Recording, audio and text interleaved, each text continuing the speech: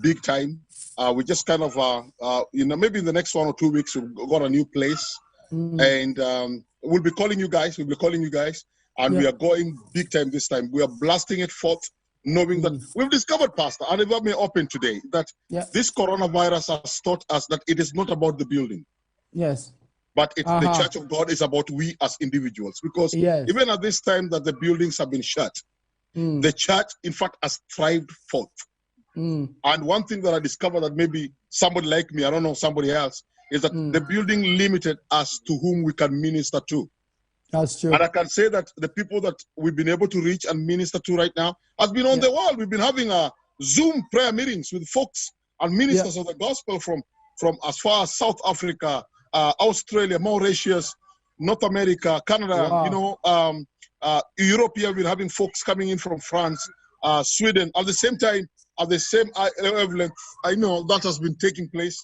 And we discovered that when Jesus said, upon this rock I will build my church, and the gates of hell not prevail against it. We know that the Church of God, nobody can shut it. Yes. Yeah, nobody can shut it. In fact, if you'd ask me, Pastor, today, should we still hold on going to the church buildings for the next 2 months? I would be the first one to lift up my hands and say yes. You know why? Serious? Because, seriously, I know that that kind of sounds different, but this is what shows if you are truly Christian. Yes. Now is the time that you know God for yourself. You have nobody to lay hands on you, but you have to learn to lay hands on yourself. Absolutely. Nobody to prophesy to you. You got to prophesy to yourself. All right. Nobody take you through Bible study. You have to learn to take your Bible study by yourself. Yeah. You do the Keshas, which are the overnight prayer meetings, by yourself. Yes. And so that has been one of the great things, man. Yeah. Awesome. Well, you know what, Joseph, you are a breath of fresh air right here. I mean, to have you just come in, and of course the things you're doing, I can see guys around here just giving you a thumbs up because you're speaking realities and truths, which is really awesome. Okay, then thank you very much, Joseph. Of course, going to be having a conversation next couple of minutes together. And of course, each one of you guys, it's a coffee bar. So really, there is no particular order or direction. You can jump in. You can pocket one another. That's having fun. But at the end of the day, there's a crowd of people watching us out there that would want to get some form of content, get something they can cash in the bank, something that they can say, I was refreshed just watching these guys have a conversation. Now, about today, I would really love to know what your take is, because there is a discussion right now. There's a debate on reopening economies, going back again to operation. South Africa, for your information, are going to be allowing churches back again to operation. I just talked with my friend Monatsi in South Africa. From Monday, they'll be allowed to have church, albeit just 50 people. Them they've been using, I don't know what they're using. It's now from level 4. It's gone down to level, I think, 3. And Nati tells me that even when they were at level 4, it was like people have gone to business as usual. I mean, there's a lot of casualness in the way that people are kind of just approaching this COVID-19 thing. And sadly, of course, we seem to be seeing a similar approach even in Kenya, by the way, where you seem to see people getting relaxed. And yet when we keep on seeing our politicians talk about the numbers, they keep on shooting up. And something is not adding up there, but I know Richie there will be able to shed some light there. That is his cup of coffee. But before we get there, do you guys feel that the church now, I mean, wherever you are, Guitar, of course, in Oxford, you and Odima, of course, in the UK, do you guys feel like the church is ready to reopen? Do you feel like we are ready to really go back again, and operate like we've been operating? I want to invite discussion. Let me start with you, Ken. Your cousin is in the house. Maybe you might flow in the anointing. Yeah. All right. Thank you very much, Reverend Matthew. It's always a pleasure and an honor just to be with these great minds, just to be able to speak things that will be able to impact the people that are watching us and transform their lives. Otherwise, with the issue of the reopening of the church, first of all, I would like to thank President Trump in absentia. But I've just realized I've just realized that we have people from the US who are watching us. Yes. And I think he made a remarkable comment. Yes. Because he said very clearly, if we can consider, reopening abortion clinics, yes, reopening, the pubs and what have you, yes, why can't we consider churches also to be part and parcel of those who are offering essential services? yes. And that is I know that's a discussion. That's actually a message that came by surprise for a lot of countries, because most of the countries are actually emulating whatever US is doing at the moment. And I know even Nairobi, Kenya would want to also reopen, these churches. But the challenge is, for me, are the churches really prepared for a reopening? Yeah. That's where the rubber meets the road. Yeah. Because we might celebrate that the churches are being opened. Then if the churches are not prepared, then that's the place whereby we will have lots and lots of infections. And at that time, the government will have the right to shut us down again. So I think we'll just need to wait and be a little bit patient, even if we are told to open tomorrow. And I'm grateful for some of the states in the US, what they did, because I've been following keenly. Yeah. The moment that announcement was made, not every church opened, by the way, the next day. Because you've got to go back to the drawing board and ask yourself, there's no problem. We would really want to reopen the church. But how are we going to receive them? What measures have we put in place in order to be able to contain the numbers? Like, for example, if I may give an example, like in our Kenyan churches, a lot of us, would like to visit the bathroom. We call them toilets here. Ondima in his country will call it a restroom. Depends with where you come from. In the US, they would call them lavatories, whichever way. But no, you how would bathrooms. Yes. How are the churches in Kenya prepared to even control the number of people that will visit that particular place, considering that we don't even have the best bathrooms for churches? How will we be able to control that? Do we have ushers who are trained enough to be able to do what they need to do? Or are they even willing in the first place? So there's a lot we need to put in place before we celebrate the reopening. How are we going to handle those who've lost dear ones and loved ones? Do we have counselors in place who are going to talk to them? We just need to employ different strategies so that if by any chance the government says, we've allowed you to reopen, then the churches must be ready. We shouldn't now be driven by, the congregation. We should be driven by the content we are sending to the congregants. It's the content we are sending to the congregants that will bring people to church. But that can only happen if those who are in charge of those churches are also prepared enough to receive the people that are coming into the church. Those are my 2 cents for today before I continue. Too early for 2 cents, bro. Reverend Becky, you're Kenyan here, of course, and we've been championing to be allowed back to operation, back to church. And of course, your church, in Umoja, the first time, of course, COVID-19 hit this place, and we were like, we cannot have church. It's not official. And actually, all of us were ready actually to have church. How come Ken, and Ken is part of that fellowship as well, but Becky, we were ready to open church that time. How come we're not ready now? Your mic is off, Becky.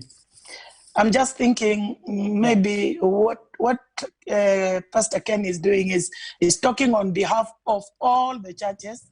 In not Kenya, just in America, in... when he talked about the last part, he talked about preparedness. I'm taking it that he meant the churches in Kenya, but not the church that he comes from only. I'm trying to guess, like he was just looking at it from the point of view that there may be people who may just get ready. They may be told you'll be opening and they can put things into place. But I'm thinking he's concerned about, will everybody be ready? All other churches, will they be ready? What I could say is the reopening of the church is a good idea. I don't have a problem about it. But I would also just say that I know when the church is open, it will not just open and say, all of you go to church. It will have conditions. They will have things that will have to be guidelines on how the church is going to run. My take would just be that when those guidelines are given, maybe there would be time for people to begin to put them in place. Because if you give me a guideline today and I'm supposed to open tomorrow, I'll tell you that those who will open without minding the guidelines that have been put across. So for me would be that there could be, if they could give the guidelines, because they have to be there on how everything will happen, then people need to be able to adhere to the guidelines. We are people that would want to do things without caring what has been said.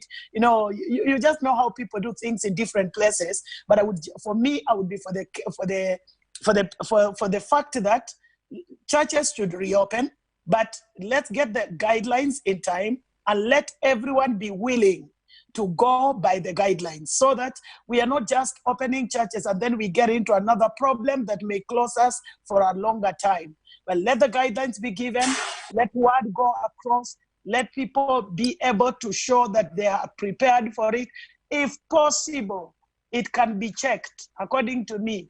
If possible, it can be checked how prepared people are so that the churches can open. For sure, we wouldn't just want to open churches and then get into another problem. We would want to open churches and then continue on so that we are a source of help. We are a source of hope to the world. We need to send hope to our people the way we've been doing. But being social beings, we also love just to come together and congregate and have fellowship together. But my word would be, there needs to be preparedness, which may not be there by now, but given an opportunity and given that people will know what is needed from them, I believe people will be able to prepare and be able to get into church again. If you remember very well, Reverend Matthew, the Sunday before the closure, some of us had tried, and we had tried our preparedness. We were not at a bad part. We had really worked on ourselves, made sure that everything was in place. You know, we made sure we had, they called thermometers, we had them, we had the sanitizers, we planned the church, put those social distance. We had tried our best. But one thing I'm just saying is the guidelines comes out first, and then we can reopen, according to me. But reopening, I am for it. Okay. Yes. I'm hearing the two of you, and you guys know, of course, we have a serious challenge when it comes to this nation in terms of, because that's profound to be able to speak in terms of the guidelines, the protocols that need to be observed and stuff and everything, which is absolutely amazing. But mnajua tu kuna watu vichwa sugu katika hii taifa. The characters, I'm telling you, the characters, go on, Becky. No, nilikuwa nakusaidia vichwa ngumu, vichwa sugu. Yeah, vichwa hard. You allow them, you give them freedom. It's like you give them a finger, they take the whole hand. You know, they want now to, if liberty is freedom, you know, the sort of things that we've been seeing even in the past, the gymnastics that we see pulled out in churches begin to show up. And then you begin to wonder, was it right to be able to? Let me just have some different injection from a different angle. I want to hear what Gitao has to say, because Gitao, of course, she's been taking care of a church that is active. There's a lot that's going on. I don't know where, of course, how far it is in the UK, as and when we would love to reopen. But do you feel that even now that you guys are ready to reopen? So the UK, the government is starting to take steps towards opening. So shops by mid-June will be opening, and then organizations, businesses are putting in place sort of the processes of how to open. The challenge with organizations like churches is that the difference between churches and shops is that shops, people are going in for 5 to 10 minutes, you're purchasing something, and then you're out of the shop. Churches are different. Churches, you're asking a number of people to sit down in a particular room for a particular period of time. Yeah. And therefore, the dynamics, I think, with that, I think we'll find ourselves being restricted in terms of how many people can be in a room. Yeah. And so personally, I think my view is safety first. So I agree in terms of what Ken and Becky have said. I think safety first. We have to be on the side of showing that we care about people. The worst thing is to tell people to come to church and they're still not sure that it is safe to come out. So I would be on the side of let that message come out when it's at the right time. And so we shouldn't rush it. And therefore, I applaud some of the churches, maybe in America. I'll put my colors to the mast. I am not a big fan of Trump, but Richard will kill me. Ken will kill me. But some of the churches were looking at it thinking, is this going to be sensible for us? And a majority of churches have taken the approach, we'll go very slowly. We need to, because you need to send the message that churches will only open when it's safe. Because when people hear it is safe, then you have the confidence for people to come into a service. But there's no point opening up churches and people don't think it is safe. People will not come because they'll think, hang on, you're telling us one thing, but what we can read in the newspapers, what we can hear in the media is a completely different thing. So I think maybe in organizations need to work with the government to see what steps can practically be taken. But it's going to be a challenge for people like yourself and Umoja, where you have got bigger congregations. How does that work out? That is going to be a very big challenge for bigger churches. But let's approach it with faith. Let's approach it with an aspect of we want to inspire confidence in people. We don't want to cause a row. I am not for causing rows. I'm not for fighting politics. Whether Trump was making it a political statement or not, I am not for us getting into a political confrontation. We need to make sure people get the right message that it is safe to come, or we're thinking about your safety as a priority. Yeah. Awesome. Well, before I allow Dima to jump in, just to kind of just strengthen or agree or disagree with what Gita, his compatriot, talking about, let me just appreciate a couple of guys that are watching us. It's great to do. Mutuma Dennis, thank you. Esther Michelle, it's great to have you. Tony Wata, Merin Jeroge, Grace Kiambo, I want to totally appreciate all of you. Abel Nuvunga, Malate, the Lord bless you so much. Alice Bonyo, great to have you. Honorable Moses Kimanzi, thank you, sir. Karibu Sana. Hannah Alia is watching. Of course, Henry Hishza is watching. I want to say thank you to David Muriongi, Albert Shitakwa Shivega, JM Divo. Divo was here the other day. We miss him today. Philip Chelule, Lucy Kokonyo is watching. God bless you. Mutuma Dennis says, key and primary thing is to address the issues that are our members. Let me just read that well. That our members have been going through, especially during this COVID season. Job loss, family-based issues, financial crisis, young people who have cohabited together and ended up messing and falling into sin, and so much more. Is the church prepared for this? I bet these are some of the things Kenneth Odro was talking about. As ministers, we need to think deeply about this. Appreciate Pauline Mona Lisa is watching. Tony Macau, Mike Conzave, Nina, great to have you. Neshkal, Livian, David, Milio Kumu, Frank, Rachel Ngatia, Dixon Makomere, Michael Kumu Ohola, Sheila Kekayaya, Mariel Mbalanya, Livian, David, Wiki, Munyoki, Karibuni, Sarah. Guys, keep the comments coming. I would say like a very famous TV personality. Keep them coming thick and furious. We'd appreciate to have them and get to know what you're thinking. We are talking about, is a church ready? You know, of course, not only from the leadership dimension or perspective, but also from the members' perspective. Joseph, you are, of course, in the UK. Guitar has already given you like some hints, like some open door. Walk through that. Tell us what you think. To be honest with you, personally, Pastor, I want to get this a little bit deeper and wider. Yeah. If you'd ask me today, is the church ready? My quick answer will be no. Why? You know, it is not about, and we're talking here, it's not about us having people come to church to minister to folks, but it's about, a shepherd cares for his people. Yes. And when we look at this virus, I know people may say, oh, we had AIDS before, HIV, but you see, or Ebola, or SARS, and the rest of them stuff. But you see, COVID-19 is a virus that floweth in the air, and it can catch anybody at any particular time. And I would say that if you'd ask me today, I would say that let us take our time as shepherds if we really care for our people. Yeah. Because it's not a matter of getting people into a church, minister to them. Then if something happens, then what next? Are we going to blame God? Or are we going to blame the people? Or is it going to be on us? I would say today that we got to make sure that as shepherds, we have everything in place. I know that we can't have everything in place, but we have things in place until we know that this thing is completely gone. You know, the problem that sometimes we have, especially as Pentecostals and as church, is that at times, we take things on face value. Oh yeah, we're going to pray and pray over it and everything else. But yes, I know that prayer, with this power in prayer. Yes, I know that God answers prayer.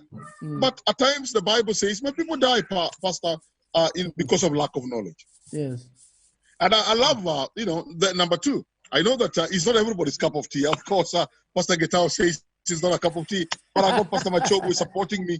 I know Pastor Ken doesn't like it. But I love Trump from the depth of my heart. God would use anybody. No, I love him. I love him. Honestly, I love the guy. I love the guy. Because, it's not, Trump is not, President Trump is not a puppet of every man. Yeah. You can say a lot of things about the guy. Right now, Donald J. Trump, is the man that has stopped about all kind of issues that was going on in America.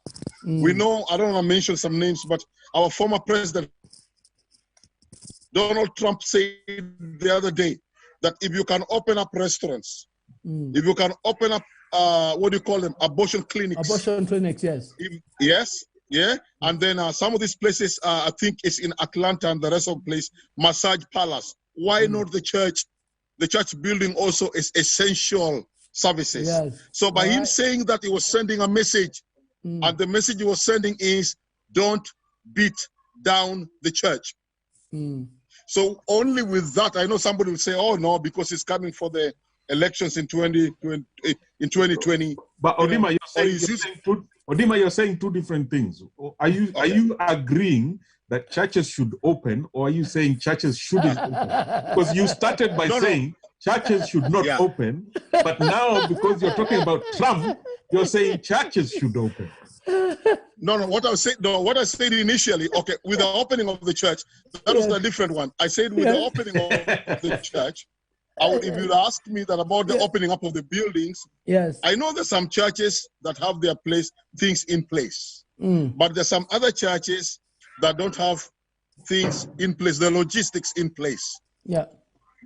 Only open up the church.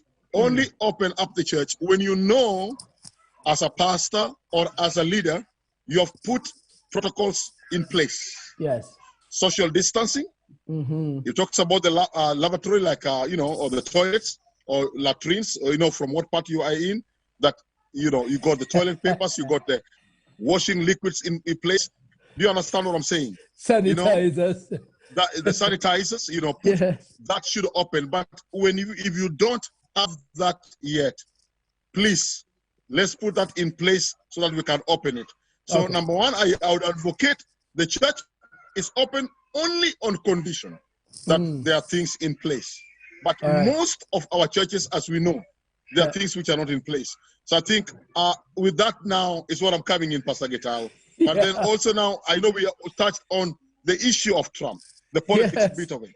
The issue of Trump, to be honest with you, Pastor, I would say that I gave the guy the big thumb. When we talk about the politic bit of it, I'll give him the big thumb because what he said was the church was being beaten down, that anything else can open up apart from the building. But if the church has been put in place, then we can open up. Yeah, then there's a bit, there are other things I want to talk about, but I think I will leave it for, as we go along. All right, awesome. Well, thank you very much. And also, I know you asked here about our country. Yes. Over here, these guys, I would say that, our leaders don't know what church is all about, to be honest. So that is the last thing in their diary now. Yeah, in their agenda. They spoke about the supermarkets opening up on the 15th, the retail shops opening up on the 15th, everything else coming back. But you could not hear about the issue of church buildings and the rest. Now, let me ask you a question, you guys. You're a guitar. Are you guys, is a church, are ministers considered essential service providers in the UK? I don't know, guitar, but no, they have not said that. I've not had, I've not they haven't said that. No, to be honest. But you know what? Pastor Matthew, and maybe Pastor Odima would agree. We don't need to work with the government whether they agree or disagree with us. In fact, historically, and this is the exciting thing for me in this situation, historically, the church always thrives when there is resistance, when it is being opposed, because that's when our true value comes out. I am very wary of being too cozy with the government. Here we had a huge battle, and the Church of England is sort of the recognized church, and in so many ways it has failed. But during this time, they have really put a lot of effort. They've put a lot of services online. They were even pushing for the BBC to be doing a service on Sunday morning. Oh. Yes, they were really pushing hard, but the BBC, unfortunately, it didn't succeed. So there are so many things that sometimes the Church of England frustrates us. But there is still a very good remnant within that church that still fights for some of the values that we as sort of evangelical Christians in Africa or have an African origin really respect and value. So to me, when the church comes against a bit of resistance, obviously we don't pray or wish for persecution, but when we hit it, our true value comes out. And in addition to that, a quick one, just to jump on that, just to add that. Thank you, Pastor Gitao. To add that, Pastor Matthew, is that they were saying, the statistics were saying that since the lockdown in Great Britain, in quotes, the amount of people that have gone online just to listen to the message has been so phenomenal. From the oldest generation to the younger generation. Actually, so the bigger percentage of the younger generation. Yes, the younger generation, that's correct. And fun enough, Pastor, is that even we had some nominal Christians and pastors going out with their speakers, ministering outside, Pastor Getao. You saw that. There were people around here. Some of these were the mainstream churches, coming out. And this COVID-19 thing, apart from the death thing that has taken place, there's something beautiful too that it has squashed us to the corner to tell us, hey, our NHS, which is the highest man, especially in the whole world, our doctors, our medicine failed us. The doctors failed. Not that they didn't. Not that they didn't want to do it. No, man, they tried. But it has shown us that when the rubber hits the road, it is only God. Glory to God. It is only God. Hallelujah. Thank you very much, Dima. Awesome stuff that you're saying. I want to also appreciate again is Esther John is joined us, Sue Kasimu, Caroline Susan, Jimmy Kamande, Benaina Mbada, Jimmy Kamande, you're tuned in weekly for Chino, Benaina Mbada tuned in from Mombasa, Jimmy Kidavasi, Faith Kerubo Nyabuto, Pio Waffles. This must be Paul Wafula. Lydia Wangui, Lima Solo, Anna Mainga, and Oscar Amisi. They are watching you guys. All right, now, let's get to the politician in the cooking. Richard Chago. Man, I love your mind. What is your take, Richard? I mean, and we are Kenyans. These British guys, have their thing going out there. And probably they may have one or two things that not a big challenge, is it, if they probably, like Odima is saying, get their protocols, get their preparations right, it's going to be okay. But when you talk about church here, we're talking about 4,000 registered denominations in this country and more. And we have churches in downtown Madare, Kibera. I mean, little churches that you say open church, and then boom, they all begin to congregate. When we talk about protocols, guys, here ain't gonna work, ain't gonna cut it. So what ought we be, even as church leaders? What should we be advising the government when it comes to issues of reopening the church? Richard? You have significantly limited my scope of response. No, just go ahead, dig in, man. I was itching to say something about Donald Trump, but it's okay. Go ahead, by the way. You can begin there. Because his good supporter is right here. I'm telling you, I think I love what Reverend Joseph Odimas mentioned.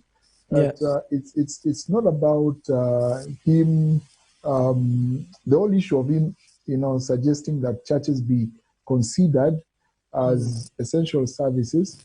I think if you look at it at the letter of what he was saying, then you may find fault and misunderstand. But if you look at the spirit of it, there's an aspect of politicizing it, but then there's the whole aspect of let's not look down upon the church, because there is no world leader right now in the entire world, maybe Magufuli,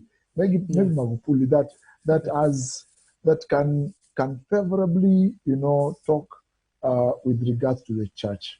You go to France, you go to Spain, you go to Australia, you go to New Zealand, you go to most of them. It's very secularized thinking, and the last thing they would consider is church. And sometimes, once in a while, I recognize what Guitar was mentioned about. It would be uncomfortable when the government or some world ruler seems to align with the church, and I appreciate that. And there are times when we are under, persecution and difficulty is when we thrive. But I also recognize there are moments when we need the Artaxerxes. What was the name of that king who helped Nehemiah? Yes. And some of these other, Cyrus was, Ethan king that God says is my servant because he's helping his people. And so I recognize that there are moments when we need such people to come alongside God's people and strengthen their hand. Because, Artaxerxes, you could write letters and the king that was in the book of Esther, that king, what is his name? I'm getting, clouded in my mind. He could give decrees and that could help. And so I think it's neither here nor there. But I back to Kenya. I think the thinking in that I have with regards to reopening is that we have a challenge. We have a big challenge. If we're talking about the US, there are some churches that have got their facilities. In fact, we are looking at a document by Association of Related Churches, or ARC, that was giving a guideline of reopening based on the CDC guideline. And there are some churches like Ed Young's church that have decided to follow those guidelines, and they have been able to reopen because they have the facilities. But even the reasoning of people in those countries is different from the reasoning of, and I have nothing against the average African. Our reasoning needs a lot of help here. Our reasoning, like if you allowed us to do things the way the Swedish did things, the Swedish could be able to do things the way they did because there's a certain reasoning in their collective psyche, in their culture, that, they can be allowed, they can be told stay at home, or they can be told, you need to observe this, and they can observe without the government having to crack down. The African mind, and it's because of many reasons, including colonization and other things, is such that you have to enforce, and it unfortunately, it even trickles into the church. that even before the crisis, the church, most churches, those 4,000 churches you've talked about, most of them were not keen to follow government guidelines in terms of taxation. I mean, some churches have, you find for the longest, they have workers, but they have never paid NHIF. They have, workers, but they're not paying NSSF. And especially the charismatic movement. And we need a lot of help. So when you want to allow such, I wish Reverend Ken would help me with a word, a mix of an amalgamation of leaders to proceed and reopen churches in a time when we have a crisis like this. It can be a big challenge for us. And so I think here in Africa, here in Kenya in particular, we need to have a conversation. And I love the fact that churches have begun to reach out to the government and invited a conversation. And I think that conversation would be helpful. But I would agree, we would go cautiously. But I hope, because that whole issue of caution, it's more about safety and care for the congregation than fear. And then I read something very interesting, and I think it melted my heart, because part of me is very radical.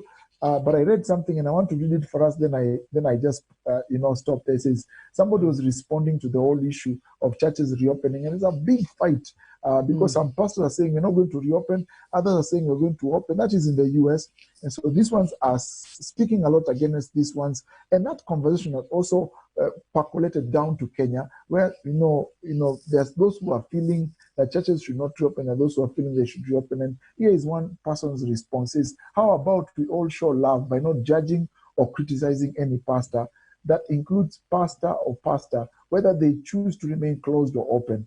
We don't stand in any of their shoes, and what is right for one may not be right for another, based on location, size, and other logistics. How about we just pray for them all, that God would guide them to what is best for their specific congregation. In the end, we all have the freedom to choose whether to go or not. So let's stop being so critical and give unsolicited opinions on whatever decisions they make. I am sure they are prayerful, and whatever God guides them to do is what's best for their specific church. I pray that all the pastors will have the spirit of the sons of Issachar in 1 Chronicles 12:32, who knew their times, who understood what was going on around them, and they knew what ought to be done, and that they'll be led by the Spirit. But, from where I stand, it needs to be a very cautious approach here in Kenya. If I was in the U.S. and I have the facilities, and Trump has said we are essential services, my goodness, I'll start the church this Sunday. Awesome. Thank you, Richie. Let's appreciate Lydia Wangui that has just joined us. And now we have Alice Kaloki, Festus Socheng Alango, Rosie Eshiwani, Martin Simiu, Joyce Smiley Kadak. God bless you, Eric Washira Gadondu, Jane Mutuku. Guys that are watching us on Facebook, in fact, at this point in time, I'm inviting you to write a comment, because the next thing I want to ask the panel here is, okay, fine. We've talked about maybe from the leadership angle and the leadership dimension and perspective. Ken, do you think that the members themselves, a good bunch of them, are ready to come to church when you open, if you to open on Sunday? Can you just got lost? Where have you gone? Pastor, I just wanted to go quickly. Go ahead, Joseph. Pastor Shogo just said something that really triggered something in my mind. That what is good to another pastor might not be so good to the other pastor. But we just want to open up our mind here as ministers of the gospel, especially now when it comes to men of the cloth in quote. I discovered that the reason why sometimes blame comes so much on us is because there's some things we don't want to touch. Yeah. And honestly, when we look at them, if I really care about people, I need to make sure that as a pastor, I make sure that I take care of my people. These people today in our nation, in the United Kingdom, if that doctor goes and operates on a patient and does a mistake, I can assure you, my brother, they are going to jail. They will be sued. They will pay for it. That hospital also will be sued. How much more with God and with God's people? Yeah. If I, as a pastor, is running a ministry or a church, the people that God has bestowed upon my hands, I'm responsible. I need to take care. And Pastor Matthew, this now brings us also, and Pastor Mashogu touched it, all of us here, we did touch on it. The reason why you find out that even the Minister of Health was shouting in Kenya, please observe the rules, please put on the mask, please blah, blah, blah, blah. Out here in the UK, nobody forced us to put on the masks. Nobody forced us to stay at home. No, I've seen the danger. Nobody told me, don't go for, 2 meters. Man, I know that if I don't do it, it's for my own life. I'm rescuing that. And right now we have an issue going on, and it's an open thing concerning the advice of the Prime Minister. He drove when he was diagnosed with being a positive in coronavirus. They are commanding him, and there's an issue that is going on. That is what I call accountability. But the reason why sometimes we as a church, and especially in Africa, we have followed in, sorry for saying this, and if I'm wrong, the panel help me, there's some very bad habits that we have come up with, even as men of the cloth and the church, that there are a lot of things that we're not doing correct. Just like we said, and I think Pastor Getau said it, we should not measure ourselves with the government. The government doesn't need to tell us what to do. In fact, we ought to be telling the government what ought to be done because we know better. Yes, we're under the government. Yes, we're under leadership. We're under authority. So as a pastor, I need to make sure that before I open up that building for the people to come in, I'm ready. If I have to still close it for the next 3 more months, trust God that I put A, B, and C, that when these guys come in, they don't get sick in the church where I'm pastoring because of my negligence as a person. I will be held accountable for it. Heaven will hold me accountable. I may get away with it because I live in a country where there's no system, but I can't get away with it in the presence of the Lord. So I just wanted to emphasize on that. So number 2, are the people ready? The people ready? To be honest with you, a lot of our people, they follow the shepherd. You know what I'm saying? And I know if you ask a lot of them, they're kind of scared, but are pastors ready? Sorry for saying this, but a lot of us, we are ready because our pockets are empty. Sorry for saying that, we're going to pay some bills. So, as they always say, I'm waiting for some title offering because I got to make sure money is coming in. But that should not be the driving point. The driving point should be, I'm ready because I want to minister to God's people, but also the place I want to minister them into is a habitable place. Yes, Pastor. Thank you. Awesome. Thank you very much. Again, let me celebrate Pescom Kenya who's watching. Pescom, God bless you so much. Guys, again, now are watching us on Facebook. I would love to see your comments here. Are you ready to come back to church if we reopened our churches? Are you ready to come back to church? Now, before I ask, every one of you can jump in at any one time. Don't worry. This is a coffee bar. Now, one of the things that we notice, and I'm sure Richie and Becky will bear me witness on this, is that before we were told, no, you cannot open churches, already in the church meetings, the number of people coming was actually becoming less and less. They were not the usual crowd. It's like people were choosing by themselves to stay at home. Of course, we do know on the influx of COVID-19 this way, there was a lot of scare. There was a lot of scare, a lot of fear that was generated through media. And you walked around and you could literally touch fear in the atmosphere. And maybe that informed a good number of people not wanting to come to church. But we've already seen the numbers going down. Now, I want to know, what do you think right now? Of course, it's those of them that are saying, man, now I can see how important going to church was, and I really want to go back to church. But do you guys think that they are ready to come back to church? Becky, Getao, Richie, Odima, anyone can jump in and just give in your contribution. Well, I think one of the things this has helped is that I know Umoja Deliverance Church are running a slogan, we don't go to church, we are the church. And there's two tensions we are having to hold here in equal measure. And the first thing is that, first of all, as a church, we're a gathering community. And so the aspect of coming together as a community, is something we all cherish and are looking forward to. But the other aspect of us gathering, we are also a community scattered in the community, sent out into the world to be salt and light. And we have to hold these two tensions inside. So I think for me, in this particular season, and maybe I've jumped in too quickly because I'm not in the Kenyan context where maybe you're feeling the pressure to open. But for me, I felt the pressure is not so much to open as much as it is, first of all, to connect with the people who are under my care, firstly, and then to see how do I become an agent of God's love in this time to others who may be outside our church fellowship. So those are the two questions that are driving me. For people who, as you're saying, as an example, people who are looking for fellowship, I think that person who's become a Christian is to try to find how do we plug them into a small group and a small community within the bigger fellowship.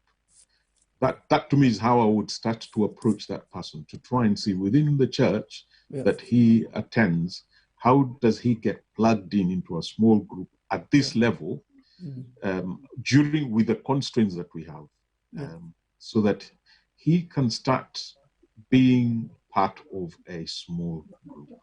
All right. Being part of the church is being part of a small group. Awesome. I totally agree with you. We're looking at a very interesting scenario here, guys. I mean, the reality is this, that people are going to supermarkets, people are buying stuff, people are jumping into matatus, people are riding, people are buying burger. Let's talk here. People are out there in public in one way or the other. If we were to say, put on masks, do and everything, other protocols are going to be observed, why would people really have a major struggle coming to church, and especially where, these protocols are observed, people keeping safe distance, so on and so forth? I'm inviting conversation here. Ken, I hope your internet is beginning to behave. I want to hear your comment. Ken is frozen. Richie? Let's hear from this guy. I'll say this and agree with Pastor Gitao. With Pastor, especially with us in the diaspora where we are, it's a different ballgame out here. Different ballgame in a sense that, out here is a place of protocol. Things have to be in place. Even at our workplaces at the moment, there's things have been put in place. It is not business as usual. No. Right now, they're debating at our offices of how things are. You find that some folks will be working from home and the rest of it. Adima, just as you go on, your friend Oscar is saying the British are going to the beach. The British are going through there? are going to the beach. I know. I know. The British are going to the beach. That's correct. But you see, even as they're going through the beach here, but they're careful. The thing is, I understand. I'm not against it at all. I'm agreeing with it that yes, if I put. I don't want to, the thing is, as a pastor, right now, knowing what I know, I will not follow anything else that somebody else does. Number one thing, I want to make sure that I am responsible and I put everything in. I will not be able to put everything in place, but there are things in place. That it will not happen and I will blame myself because I will die with it not forgiving myself. It is because of my mistake that so and so contacted A, B, and C. Number two, knowing what we know, especially in the Western world. If it does happen here, you are sued as a pastor. These guys will sue you, take you to court. Here you can't talk to the judge. Let me talk to the prosecutor. There's no talking to the prosecutor. You're being prosecuted. You're going down big time. You know what I'm saying. So you're going down. I know what you're saying. Down. You know what I'm saying, Gitao. You have to have insurance. You got to have insurance, for the people. You got to make sure that all these things are in place over here. Yes, I know that people are going to the beach, but you see, that is them. But now when it comes to spiritual matters, we've got to do it in decency and in order. Now, I know that is a little bit of different from Africa and everybody else. But even in Africa, yes, people are jumping in matatus, as I saw here. They're jumping into taxis, and everything else. But then as a pastor, they're getting borders. So even now, as a man of God, okay, some of them are doing it because of desperation, Pastor.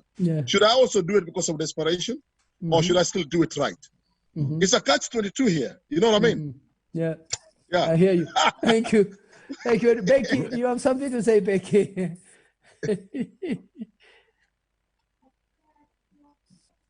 Can't hear Becky. Becky, unmute yourself. Becky, your mic is unmuted. Yeah, Sorry. that's it, yeah. Yeah, that's all right. I'm sorry. I'm just saying I'm enjoying the discussion here, but I just wanted to say, if the churches were asked to open, it may not be possible to force everybody to come to church. I believe people have a choice. Yeah. People have a choice in the sense that they're just people who are afraid and they will not come. And they're just people who will decide, I'm going. So there will be a 50-50 issue here where those who want to come will come, but those who are afraid will still stay at home and not come. And the good thing here is, as much as the pastor will want people to come to church, he will not drag them from their homes and bring them to church.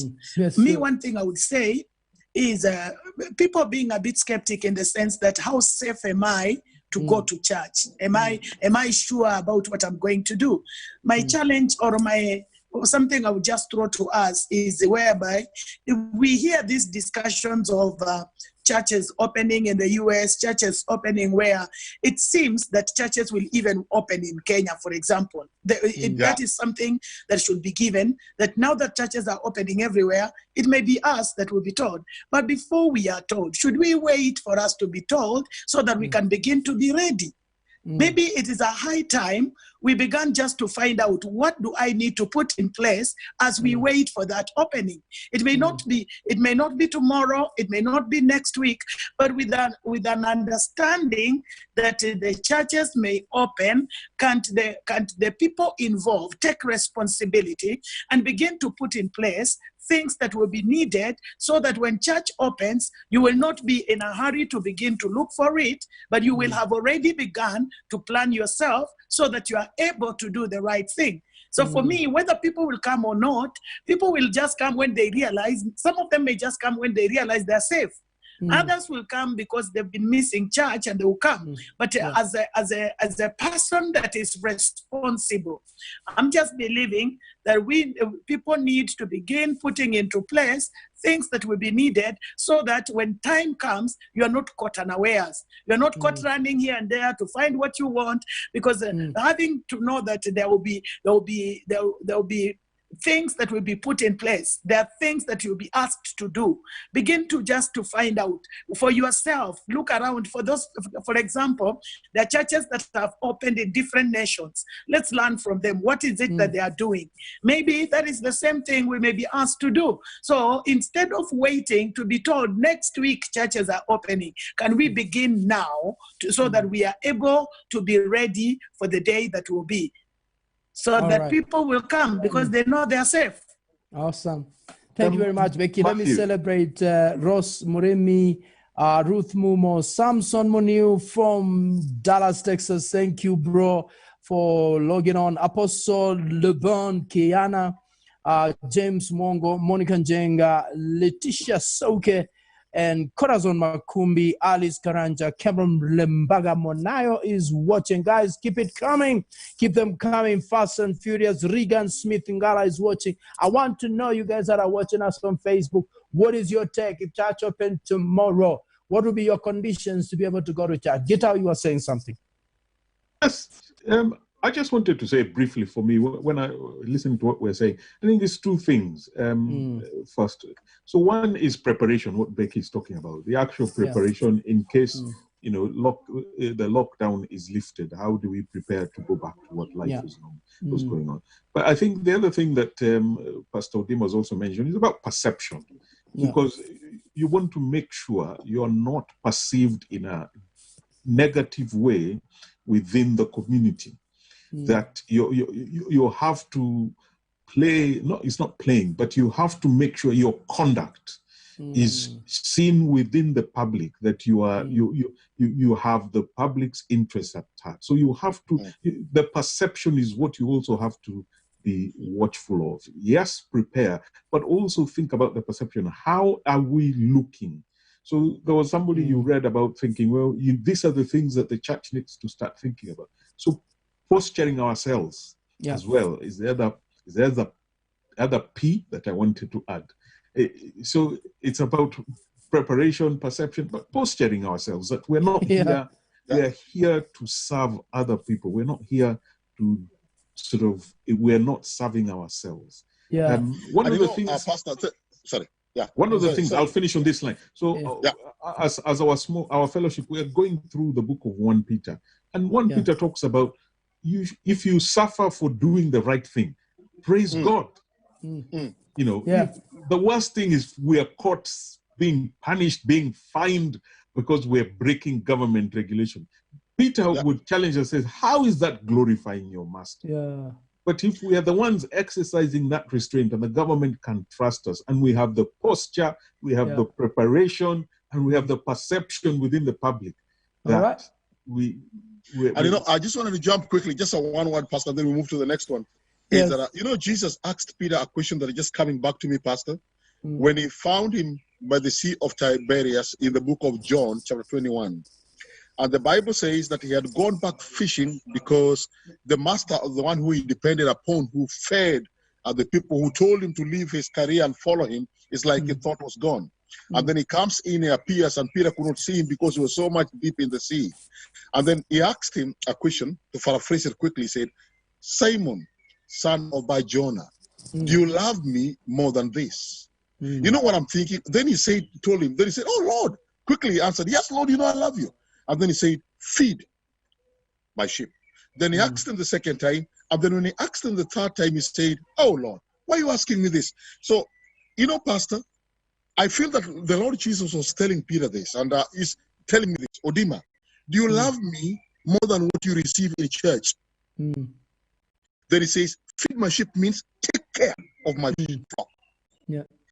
Take care of my flock before you take care of yourself and whatever you can receive. And Pastor, what I'm feeling right now, that this is a wake-up call, the COVID thing, to me as a person that I'm learning, to my household and to the church and to the people that the Lord will lay me into, is that I should make sure that things are in place for the people that I want to bring along. So I should, the government can tell us, like they're going to say, maybe from July, we can begin to do A, B, and C. I'm not going with the calendar of the government. I want to make sure that I have things. If I have to wait for another 1 month, Pastor, so be it. I've been thinking, okay, we've been preaching for all these years by the grace of God. So we have not been in a building as such for the last 2 months. What has changed? You know what I mean? What has changed is that the Lord has just kind of changed our lives and is bringing us into a new scope. And I know this is really jangling our mind, but that's how I feel. Okay. Awesome. Well, Letitia Soke says, true, Reverend Becky, the right infrastructure should be in place. The numbers will be many. The model will vary from nation to nation. Awesome. Rayab Aizo is watching. Franklin Shiro, Karibuni Sanarichi. These British guys have got their thing going right there. Dima and Gitao seem to have it all on their fingertips, man. We are the guys here on the ground. What is your take? These British are overwhelming, man. They're overwhelming. No wonder they were able to colonize us. Pastor, let me tell you, I don't know. You guys can jump in. Yeah, you guys can jump in. But, it's so interesting for me. Can I go on? What is so interesting for me here, that I'm saying this, is that, and I want this, and it is my prayer. It is my prayer that out of this, the church will not. You see right now that even we talk about the government of Kenya, and I hope you guys will not be in trouble when I say this. Is there accountability even with the money that has been given concerning COVID-19? Billions and billions that have been raised up. Let me use Kenya as a nation. Can the Minister today of Health be accountable for every penny that have been given? The Lord was ministering to me the other day that if you eat people's money in the name of COVID, God will allow the diseases that has never come upon your life, my friend. They will befall on some of these guys, that the money that they think they have taken, the money will not be enough. I'm not cursing anyone here. I'm not cursing anyone, but I'm upset in the spirit because there are people suffering, Pastor, that are not able to eat. They're not able to drink. They can't pay their rents. Yet there are billions and billions of Kenya shillings and dollars being given by the foreign aid, and they're being raised up by the nationals, Where is that money? Yeah, good question. Good Where is the question. money? Richie, before we get colonized by these British one more time.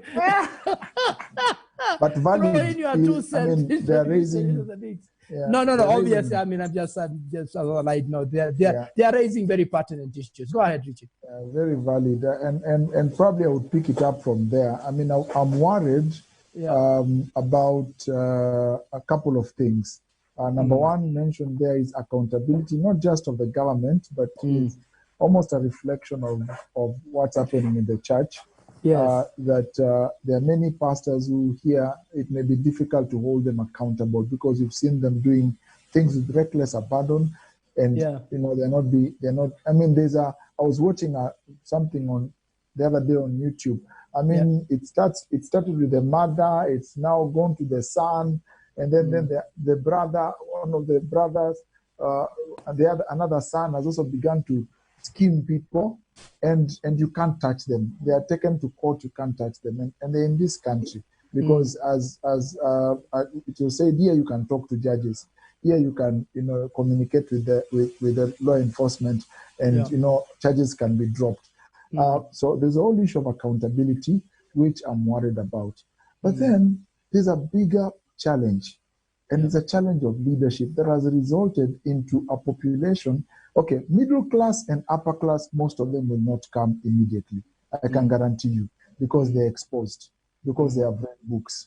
But the 70% of Kenyans who may not be as exposed, who sometimes blindly follow. And there's a friend of mine who said something that is very offensive.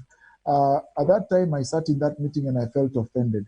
He said, majority of Kenyan Christians, when they go to church, when they get to the doors of the church, the Muslims will leave their shoes outside. Then they will leave their brains outside. And they will get inside and, they'll just scream at what the pastor is saying and follow. So we have a population like that, Reverend Matthew, that if the pastor says I've opened, they will flock. They will run there. And that's a big danger. And so I'm worried more about that. And probably my prayer moving forward is that God will help us. And I hope by the churches being paused, I was praying that maybe something will happen to some of the pastors to realize that they need to lead differently in a way that can empower believers. And that believers will wake up and realize, I've been praying for myself. I've been, taking Holy Communion by myself in the house. So I've been empowered. I can think for myself. And especially the African Christian that is down in the slums. And I'm worried about, and my prayer, genuinely, has been there'll be an awakening. We talked earlier about revival. My prayer is that the revival that's going to come will not just be a revival of the spiritual experiential, but will be an awakening of enlightenment, understanding. My people perish because of lack of knowledge, and that people will wake up and their eyes will be opened. And so I'm worried and I'm praying about that, because those two factors can become lethal and we can end up with a very dangerous situation. In the West, people can think for themselves sometimes, and that's very helpful, although sometimes it limits the whole issue of believing God for miracles. Here, people can believe God for miracles, but sometimes they don't think. It's a whole dynamic. Oh, God. I hear you. Well, Oscar said it again. He's saying, wow, Odima is breathing fire. I want to appreciate Ross, Kevin, Dan Lukoy. Adam Mainga says, I think it is wise to wait a while and we become serious in obeying the rules laid down, e.g., keeping distance, wearing masks properly, not only covering the mouth, etc. Of late, people have become so relaxed, don't care attitude. So as much as we want everything to return to normal, we need to be serious and be our brother's keeper. We appreciate Florence Borevius watching, Tom Brian Oduor, Joshua Langat, that is watching Karibuni Sana. Thank you very much, guys. I've got to bring this program down. I can see my time is just rushed off. We still want to know, and I've got a couple of people that well, there's one Letitia Sauki who says on point, Reverend Chogo, sorry, accountability is a matter of concern. And you know what, Richie, when you're just speaking there, I was just watching actually a YouTube interview that was done between my MP in where I pastor, and one local TV anchor. And this MP happened to have shot some DJ in the club, and the guy is in hospital. He may never walk. The bill has gone up to 16 million as we are talking.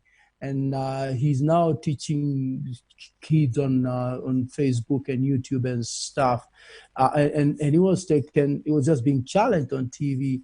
Really, what do you think about the family that this young man? And of course, asked a lot of questions. And every time he refused to answer, and the word was always using was, this case is sub judice, or, it's a case in court.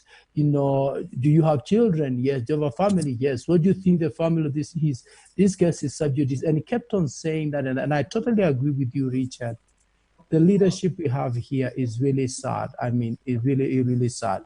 And now, sadly, also, that's what has filtered into the church, where we find, now that's where the challenge now comes in. You open the churches, fine. We may get a good percentage, and I'm glad you raised a good percentage, Richard, of the sort of people that will obey the rules. I mean, I know there are people that will play to the letter, but there are people who will be like, no, what Odima was saying earlier on, man, it's time to collect that tithe, that offering that I've not been collecting for a while. So guys, parting shot. Let me wrap it up for the night. But I want to hear what Becky has to say as a parting shot. Then we'll come to you, Guitar. I'm going to release you guys because, we can have this conversation all night long, but my time is gone. Becky, parting shot. Let's wrap it up for the night as we bring a curtain down on this program today.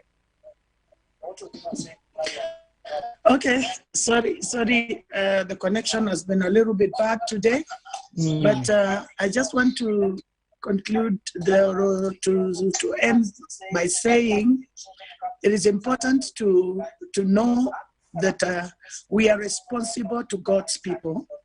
These people are not our people; they are God's people, and because we are taking care of God's people, it will be important for us to ask ourselves, what would Jesus do if he was the one doing this?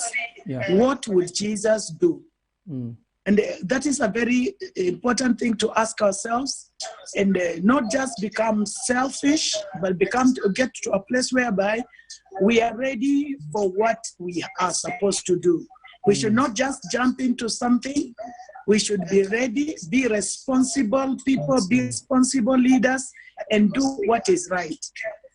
I think if I could quote what my brother Odima had said earlier, and I'm just thinking, the truth of the matter is we've been out of congregating for some time. It will not cost us much just to wait for some more time to get ready.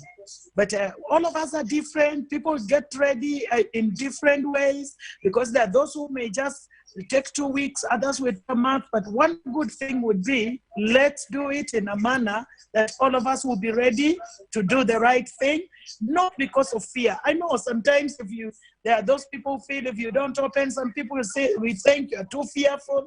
We may not act in fear, but we just want to act in the right way, whereby God's people are taken care of. Awesome. What would Jesus do? That is the question I would leave with. All right. Thank you very much, Becky, for the parting shot. Let me ask Odima to give us his parting shot. He's got 2 minutes to leave. Yeah. And it's been wonderful to have you on board, Joseph. Go ahead and just give us your kicker. Thank you. First and foremost, thank you so much for organizing this, and I look forward for more of this. My parting shot is simple. Yeah. If Christ comes now, what would he have asked me if Christ was here now, in him being the pastor? What would he have done? And that is the question that I need to ask myself and to every other leader, especially pastors. Yes. As we are focusing, Jesus himself prepared for his people. Even when he told the disciples, go into the city and you'll find a colt there. Yeah. If anyone asks of you, tell them the master has need of it, and tie it and bring it over. He knew that it's already been prepared, Pastor. So even if there were questions, it's already been prepared. So the Lord prepares. My parting shot is, that is now to me and to all of us. How prepared am I for me to open up that building and to allow the people of God to still come in? Am I ready to take responsibility? If I'm not, then I better wait and do the right thing. All right. Thank you very much, Joseph. Thank you so much. God bless you. Guitar, your parting shot. Thank you, Matthew. I think my view would be that in addition to preparing, that we posture ourselves. Let's be part of the solutions. Let's not be the ones who are contributing to a problem.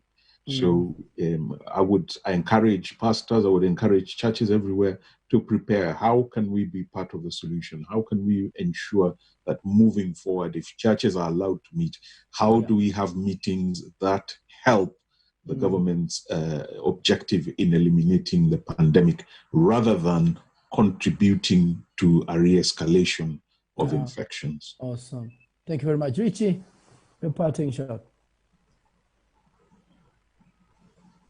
All right. I think, I would also borrow the words that Guitar was used, that, we become part of the solution and not just part of the problem. And I think one of the challenges I would throw, especially to pastors, is that we need to bring our people to the place where they are the embodiment of Romans chapter 12, verse 2.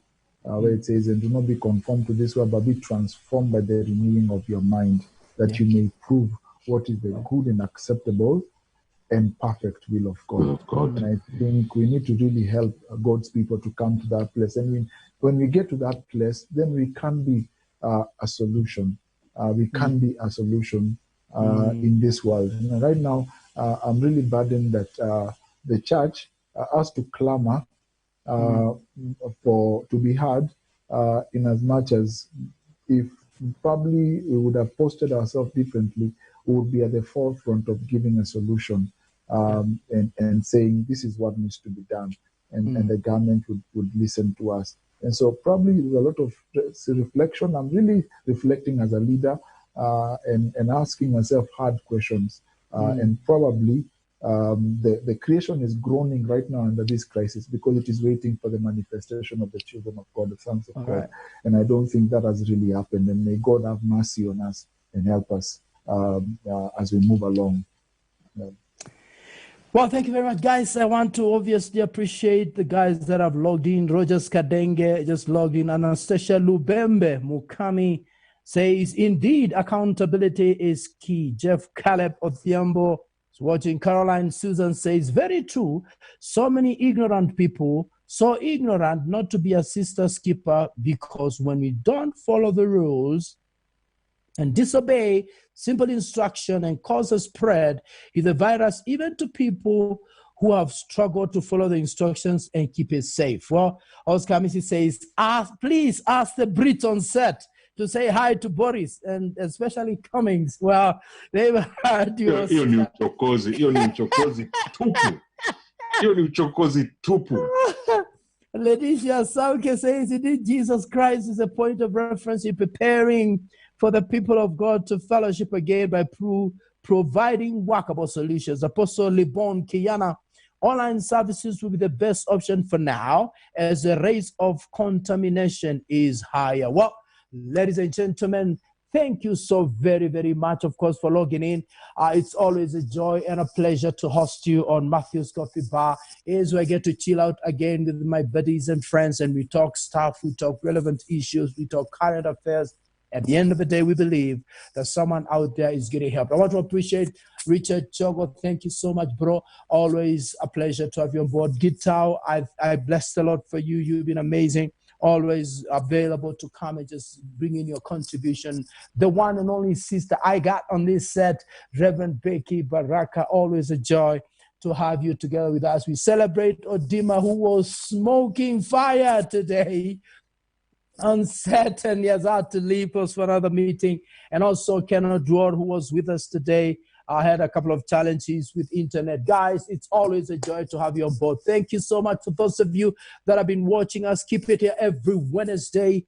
8 o'clock is always a time we meet together just to chat and have coffee and just continue to talk about things that are relevant to us. I want to say thank you so much.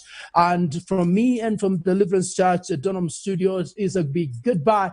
God bless you. Enjoy your night. We get to see you on Wednesday. Back again, same time, same place. Enjoy your stay and your night tonight. God bless you. Goodbye. Bye.